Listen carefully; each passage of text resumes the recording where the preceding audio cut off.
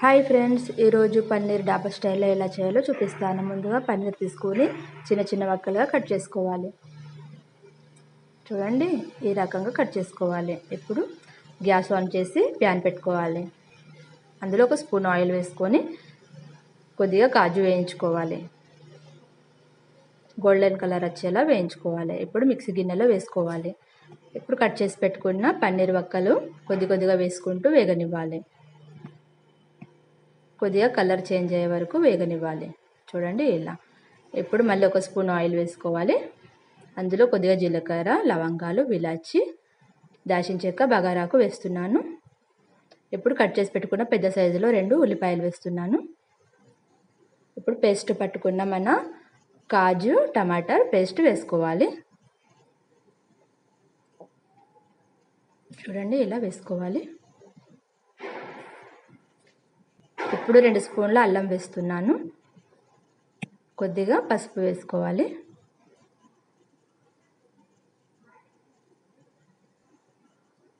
మూడు మిరపకాయలు వేస్తున్నా నేను.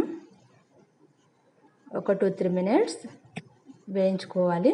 దాని తర్వాత మళ్ళీ తగినంత కారం వేసుకోవాలి, తగినంత సాల్ట్ వేసుకోవాలి. ఇప్పుడు ఆయిల్ మీదకి తేలేలా ఒక 2-3 మినిట్స్ మూత పెట్టుకోవాలి.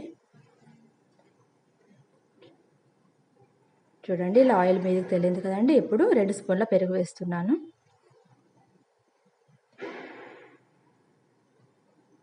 మళ్ళీ ఒక 2-3 మినిట్స్ మూత పెట్టి తీసి అందులో నేను జీలకర్ర పౌడర్ వేస్తున్నాను.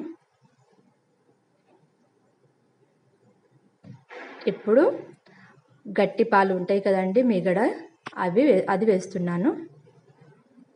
మళ్ళీ ఒక 2-3 మినిట్స్ మూత పెట్టుకొని తీయాలి.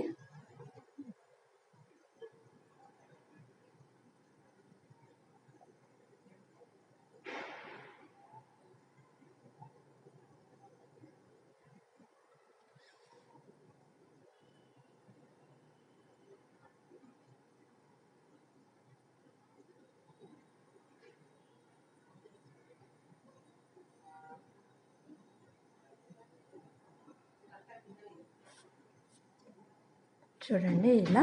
ఇప్పుడు నేను మ్యాగీ మసాలా వేస్తున్నాను. ఇప్పుడు పన్నీర్ వక్కలు వేసుకోవాలి.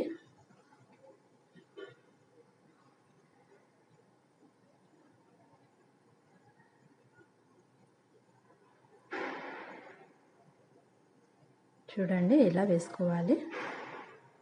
ఇప్పుడు నేను ధనియాల పౌడర్ వేస్తున్నాను. చూడండి కర్రీ అయితే రెడీ అయిపోయింది. కొద్దిగా కొత్తిమీర వేసుకొని పక్కనే పెట్టుకోవాలి. ఇప్పుడు మనం పూరీలు చేసుకోవాలి. ఇందులోకి పూరీలు అయితే చాలా బాగుంటాయండి. నేను పూరీలు చేస్తున్నాను. చూడండి ఎలా పొంగుతున్నాయో పూరీలు.